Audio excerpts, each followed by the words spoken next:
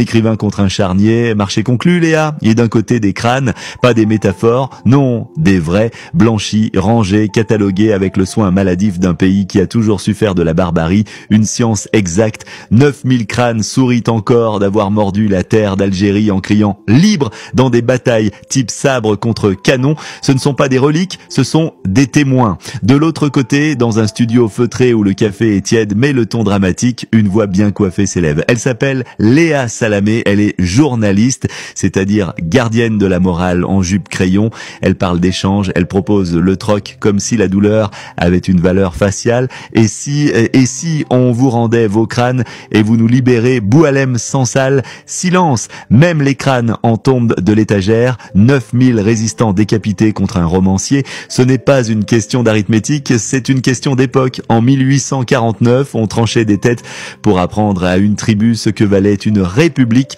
En 2025, on troque les têtes contre des opinions dans une sorte de marché aux esclandres. Ce que propose Salamé, ce n'est pas un échange, c'est une liquidation. Elle brade l'histoire pour une actualité, elle vend des os pour une tribune. Dans l'histoire coloniale, on avait déjà tout vu. La mission civilisatrice, la charge du barbare, le mirage du progrès, mais on n'avait pas encore vu l'offre groupée. C'est la promo du siècle avec emballage médiatique garanti. Mais qui est Boualem Sansal dans cette affaire? Un écrivain talentueux, bien sûr, devenu un homme qui, à force de cracher sur son pays depuis Paris, a fini par s'étouffer avec ses propres critiques. Il dénonce l'Algérie dans une langue qui veut plaire à ceux qui l'ont pillé. Il s'insurge contre le système algérien, mais demande l'asile idéologique chez ses anciens maîtres. Ce n'est plus une opposition, c'est une reddition, car un homme libre qui supplie l'ancienne puissance coloniale de venir le sauver du peuple qu'il méprise, ce n'est plus un écrivain, c'est une mascotte. On le caresse dans le sens de l'indignation, on le promène de plateau en colloque, on le montre comme on montrerait un trophée. Regardez, même vos penseurs veulent de fuir votre pays, mais faut-il pour autant le troquer contre 9000 crânes? Faut-il vraiment que les martyrs qui ont refusé de vivre sous domination servent de monnaie pour sauver celui qui rêve de redevenir dominé? C'est là que le grotesque prend feu. Imaginez la scène, un vol spécial Paris-Alger affrété par France 2 et l'Élysée. D'un côté, des caisses en bois avec des étiquettes, crâne numéro 147, chef de tribu, exécuté à Constantine. De l'autre, un Sansal emballé dans du papier bulle avec mention fragile. L'échange se fait sur le tarmac, Salamé tend la main. Le ministre algérien la serre sans sourire et dans le vent tiède de la Méditerranée, une voix s'élève.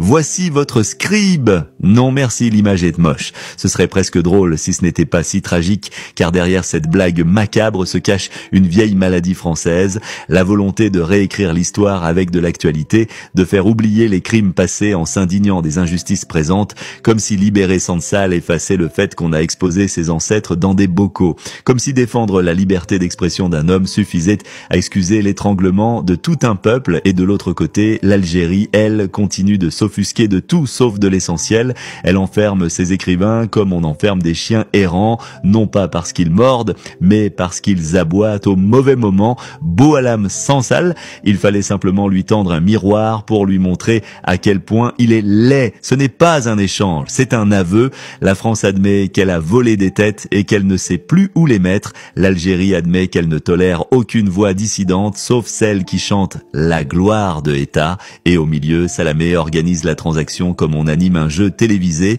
Il ne manque que la musique d'ambiance et les applaudissements enregistrés. C'est la grande braderie coloniale. Tout doit disparaître, les douleurs, les faits, les vérités. On remplace les martyrs par des romanciers, la mémoire par l'émotion et la justice par un bon mot sur un plateau. Et les crânes, ils rient, eux. Ils ont vu passer les troupes, les gouverneurs, les présidents et les talk-shows. Ils ont vu la terre d'Algérie s'ensanglanter puis s'assécher. Ils ont entendu les promesses, les révolutions, les renoncements.